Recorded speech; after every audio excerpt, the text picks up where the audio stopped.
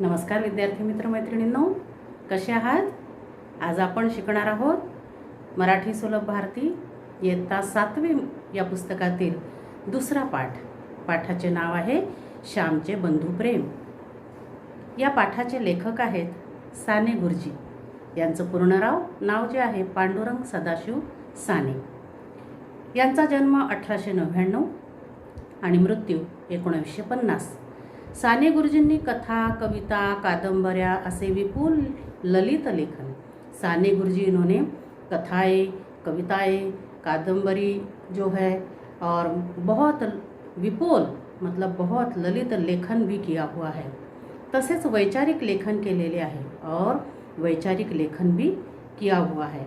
श्यामची आई, धडपडणारी मुले, भारतीय संस्कृती, गोड गोष्टी, सुंदर पत्रे इत्यादि त्यांची पुस्तके, उनकी किताबें प्रकाशित है, प्रसिद्ध है.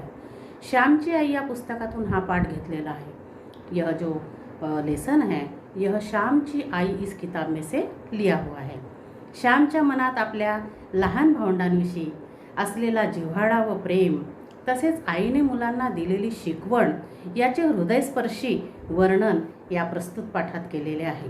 श्याम के मन में अपने छोटे भाई के प्रति जो प्रेम है, जो अपनापन है और उनकी माँ ने उनको जो सीख दी है, जो संस्कार दिए हैं, उनका वर्णन, हृदयस्पर्शी वर्णन इस पाठ में लेखक ने किया है. देखते हैं पाठ. मे महिन्याची सुट्टी संपून मी परत दापोलीस शिकावयास गेलो.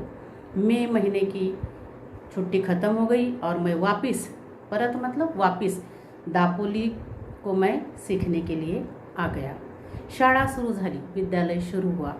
पावसाळाही सुरू झाला, बारिश भी शुरू हुई. तप्त जमिनीला मेघ शांतू लागले.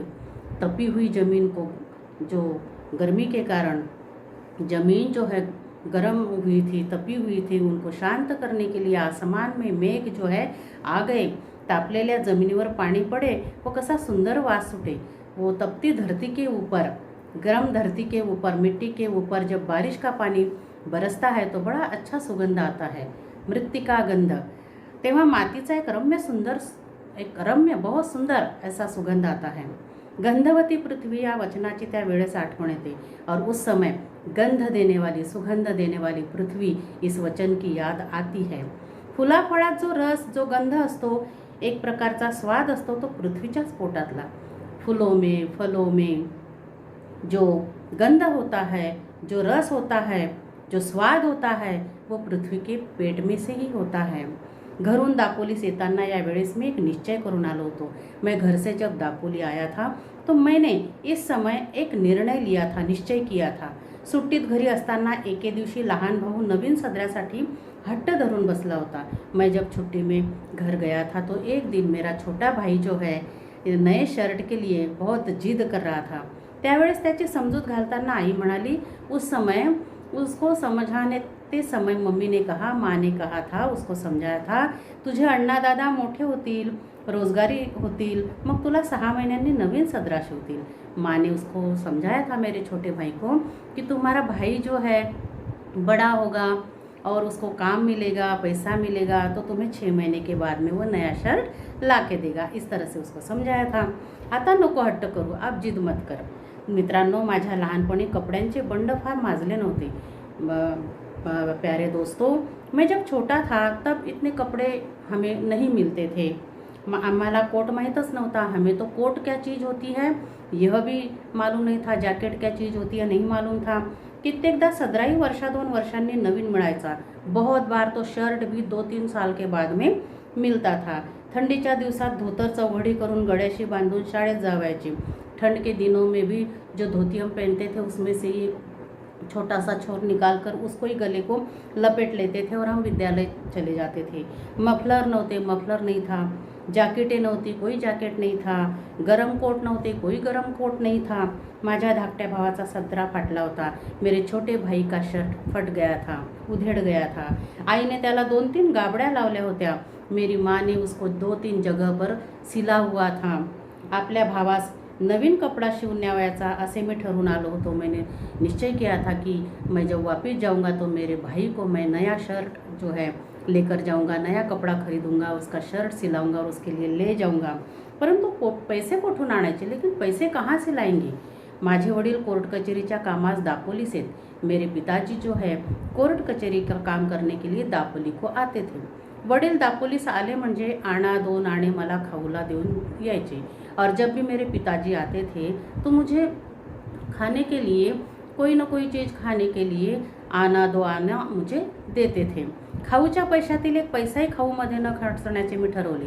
अब पिताजी मुझे इसके आगे जब भी आएंगे पैसे देंगे तो मैं बिल्कुल कुछ नहीं खाऊंगा, मैं खर्च नहीं करूंगा, मैं उन पैसों को इकट्ठा करूंगा। ज्येष्ठात आमची शाळा सुरू झाली। ज्येष्ठ महीने में हमारा विद्यालय शुरू हुआ। गणेश चतुर्थीला 3 महिने होते। गणेश चतुर्थी को बस 3 महिने बाकी थे। तेवढ्यात महिन्यात या खाऊच्या पैशांचा रुपयाभर जमला असता। इतने महीने में तो जो खाने के लिए पैसे थे वो 1 रुपया तो इकट्ठा जरूर होता। गणेश चतुर्थीस धाकट्या भावास कोट किंवा सदरा शिवून न्यायचा। गणेश चतुर्थी के टाइम जब मैं घर जाऊंगा तो मेरे छोटे भाई को मैं शर्ट जरूर ले जा सकता हूँ, ऐसे मी मनात निश्चित केले। ऐसे मैंने मन में बिल्कुल ठान लिया, निश्चय किया। ध्येयावर डोळे होते।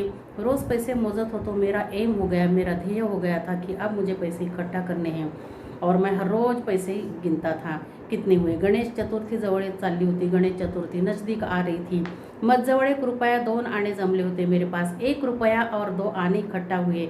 गौरी गणपतिला नवीन कपड़े करतात। गौरी गणपति को नए कपड़े सारे लोग जो है गणेश जी महाराष्ट्र में जब बिठाते हैं 10 दिन, तो गणेश चतुर्थी को बिठाते अनंत चतुर्दशी तक बड़ा अच्छा माहौल रहता है और धार्मिक माहौल रहता है। नए नए कपड़े खरीदते हैं लोग। आपल्या गावातील मुलांना त्यांचे आईबाप नवीन कपड़े शिवतील। हमारे गांव में भी जो लोग हैं अपने बच्चों के लिए नए नए कपड़े खरीदेंगे। परंतु माझ्या भावास कोण शिवेल? लेकिन मेरे भाई को कौन लाएगा ना कपड़े? माझ्या भावाला मी शिवून देऊन मेरे भाई को मैं सिल कर दूंगा। मी शिंप्याकडे गेलो। मैं टेलर के पास गया। माझ्या भावाच्या वयाचा एक मुलगा मी बरोबर घेऊन गेलो। मेरे भाई की उम्र का ही एक लड़का मैं साथ में लेकर गया। त्याच्या अंगाचा कोट शिवाव्यास मी सांगितले और उसका ही नाप लेकर मैंने कहा कि इसके नाप का ही कोट मुझे सिल कर दो। 2 वार कापड़ घेतले। 2 मीटर जो है कापड़ लिया। आधा वार अस्तर घेतले और आधा वार जो है मैंने अस्तर लिया और कोट तैयार हो गया। जवळच्या पैशात सारा खर्च भागला और थोड़े से पैसे बचे, उसमें मेरा खर्च हो गया। तो कोट हातात घेतला। मैंने वो कोट हाथ में लिया। तेव्हा माझे डोळे अश्रूंनी न्हाले होते। तब मेरे आंखों में बहुत आंसू आए हुए थे, खुशी के आंसू आए हुए थे। मी घरी जाण्यास निघालो। मैं घर जाने के लिए निकला। मी ज्यांच्याकडे राहिलो होतो ते म्हणाले, मैं जिनके पास रहता था उन्होंने कहा पावसा पाण्याचा जाऊ नकोस, अरे बारिश के दिन है भाई, बारिश आ रही है, मत जाओ। नदी नाल्यांना पूर आले असतील, नदी नालियों को भी बहुत सारा पानी होगा। पिसईचा पर्या, साडेघरचा सोंडे घरचा पर्या यांना उतार नसेल। पिसईचा जो पर्या है और सोंडे घरचा भी जो पर्या है, नाला है, उधर भी बहुत पानी होगा, मत जाओ। आमचे ऐक, हमारा सुन। मी कोणाचे ऐकले नाही, लेकिन मैंने किसी का नहीं सुना। हृदयात भरपूर प्रेमपूर आला होता। मेरे हृदय में प्रेम की बाढ़ आई हुई थी। तो नदी नाल्यास थोडीच भीक घालणार, वो नदी नाली को थोड़ी भीक देगा। नवीन कोट बांधून घेऊन मी निघालो। मैंने नया कोट जो है बांध लिया और पंख असते तर एकदम उड़ून गेलो असतो। और तब मुझे ऐसे लगा काश मुझे पंख होते तो मैं उड़ता हुआ जाता और मेरे छोटे भाई को जल्दी से ये कोट दे देता। चालण्याचे श्रमच वाटत नव्हते। चलने का कोई श्रम नहीं लग रहा, श्रम करने को मन कर रहा था। सुख स्वप्नात दंग होतो। मैं सुख में स्वप्न में दंग था कि मेरा भाई कितना खुश हो जाएगा, आईला किती आनंद होईल, मेरी माँ को कितनी खुशी होगी, या कल्पनेत मी होतो। इस कल्पना में मैं था। एक नानेटी माझ्या पायाजवळून उडून मारून गेली। एक नानेटी जो है वह मेरे पैर के पास से छलांग लगा कर गई। सांप का प्रकार, नानेटी म्हणून एक सापाचा प्रकार है। नानेटी एक सांप का प्रकार है। तिचा हिरवा रंग असतो, उसका हरा रंग होता है। नानेटी उड्या मारत जाते। नानेटी जो है छलांगे लगाते हुए जाती है। मला जरी भीती वाटली, मुझे थोड़ा सा डर लगा, जपून चालू लागलो और फिर मैं धीरे धीरे चलने लगा, देख कर चलने लगा। पिसईचा पर्या दुथडी भरून वाहत होता। पिसईचा वहाँ का जो नाला था वो बहुत दुथरपा बह रहा था। त्याच्या पाण्याला ओढफार, बहुत तेज बह रहा था, पानी बहुत था. काय करायचे, अब क्या करना चाहिए. आईचे नाव घेतले व शिरलो पाण्यात. मैंने अपनी माँ का नाम लिया और मैं पानी में मैंने पैर डाला. हातात काठी होती, मेरे हात में एक लकडी थी. पुढे काठी टाकावायची व मग पाऊल टाकावायचे. मैं आगे वो लकड़ी जो है रखता था और फिर मैं पैर रखता था. मी वाहून जाण्याच्या बेतात होतो. एक बार तो मैं बह जाने के इसमें था, परंतु कसा बसा बाहेर आलो, लेकिन मैं कैसे भी तो बच गया. इतर नदी नाल्यांना प्रेमानं भेटाव्या जाणारा तो नाला, इतर मतलब और भी नदी नालियों को जो प्यार से ये नाला मिलने के लिए जाता है, तो मला कसा बुडवेल, वह मुझे कैसे ये करेगा. ये भी तो किसी को मिलने के लिए जाता है. मैं भी तो अपने भाई के, ये नाला जो है और भी तो नदी नालों को मिलने के लिए जाता है. मैं भी तो अपने भाई को मिलने के लिए जा रहा हूँ. ये मुझे कैसे डुबाएगा. मी माझ्या भावास भेटावयास जात आहे होतो. मैं तो मेरे भाई को मिलने के लिए जा रहा था. त्या नाल्या इतकाच उत्सुक होतो और मैं उतना ही उत्सुक था. धावपळ करीत होतो, दौडधूप कर रहा था. त्या नाल्याप्रमाणेच मी हृदय भरून घेऊन जात होतो. उस नाले की तरह मेरा भी हृदय भरा हुआ था. तो यहाँ तक देखते हैं और इसके आगे अगले वीडियो में बेटा. Okay, bye.